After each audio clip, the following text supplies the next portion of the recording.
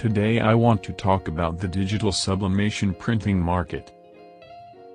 The digital textile market is growing fast, and customers have much more requirements than before. The machine has to be faster and faster, more and more stable, less maintenance, less labors. Here let me introduce one model SUBLISTAR machine, and see how this machine meets all these requirements. This machine model is SUBLISTAR SUBLI-2215TX.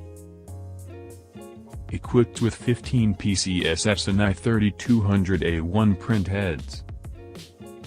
Printing width up to 2.05 meter. Maximum printing speed up to 620 m2/h. Using industrial heavy-duty structure. Instead of pinch roller feeding, it uses rubber roll feeding system, which ensures stable paper feeding even them the weight less than 30 grams.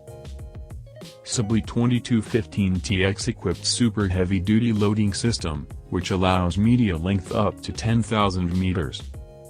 It saves lot of labor work for loading and unloading. High speed, better performance on heavy color printing without cleaning for massive job, high quality image. If you need no more information, please view our website for details. Thank you for watching.